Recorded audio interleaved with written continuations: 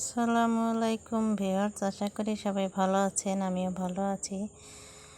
অপবিশ্বাস দিদিকে নিয়ে কথা বলতে গেলে আমার ভালোই লাগে, বলতে ইচ্ছে করে, খালি ইচ্ছে করে, বারবার ইচ্ছে করে, মন চায় তাড়াতাড়ি বলি, খুব খুব বেশি করে বলি।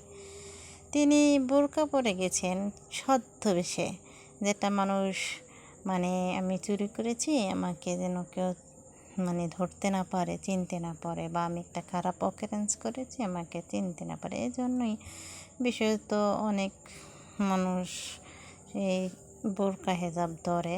তো তিনি যেহেতু মুসলিম না, তিনিও কেন ধরলো? আমি মনে করি তিনি সেই জন্যই ধরেছে।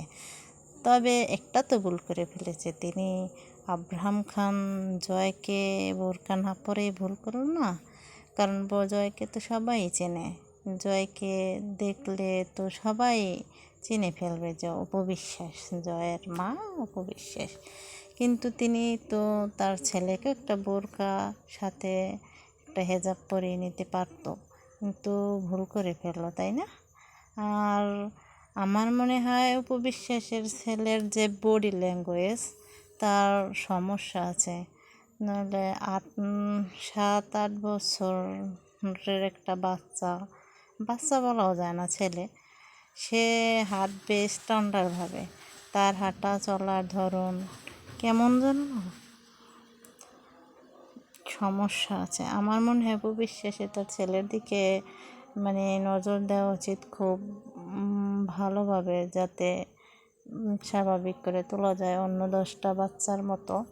কিন্তু তিনি কী যে করে আমি বুঝতে পারি না। তার কি শুধু টাকারই ধান্দা? আমি বুঝি না কিছু। আচ্ছা, ওনার যদি টাকা এখন যা আছে তার ডাবল হয়, আরও হয়, তো তা খাবে কে? তিনি মারা যাবে, তার ছেলেও মারা যাবে একদিন, সবাই মারা যাবে। তো দেখা দৃষ্টিতে সবাই বলে যে